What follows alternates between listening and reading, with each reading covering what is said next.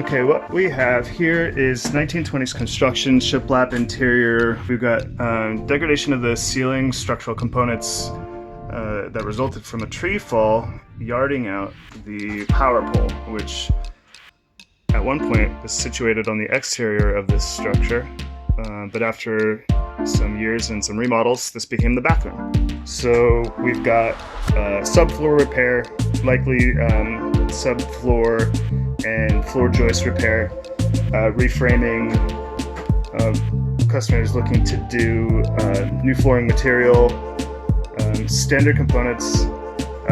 We're going to be opening up what used to be the shower from the 36-inch corner wall pan, putting in a header and rerouting electrical, framing this back so that it's standard shower size opening, 60 inches, creating half wall, and recentering the toilet in the remaining space in the toilet area.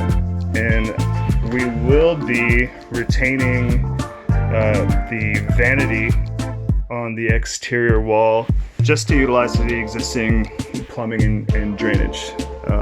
Interior wall should be some kind of combination of sheetrock and potentially repurposed shiplap or deck material to more closely match the look of the rest of the cabin.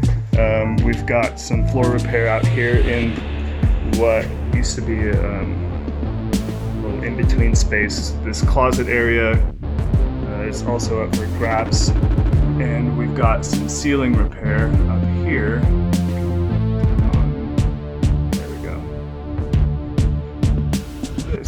So it looks like we've got some significant wet rot up there. All of this is going to have to come down so we can investigate. And before buttoning up the ceiling, we'll be also re-insulating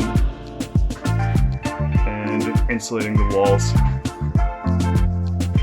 as well.